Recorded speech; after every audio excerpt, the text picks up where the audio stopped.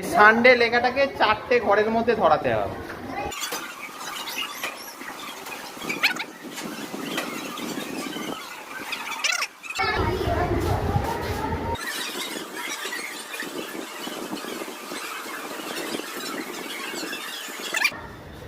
এই প্রথম ঘরটায় দেখ 2টো লেটার হয়ে গেছে, ওর পরেরটায় দেখো যে 2টো আছে, ওর পরেরটায় একটা, ওর সমান সমান হলো কি?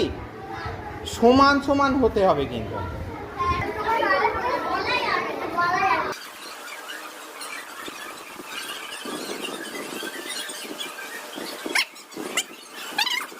চলে আয়।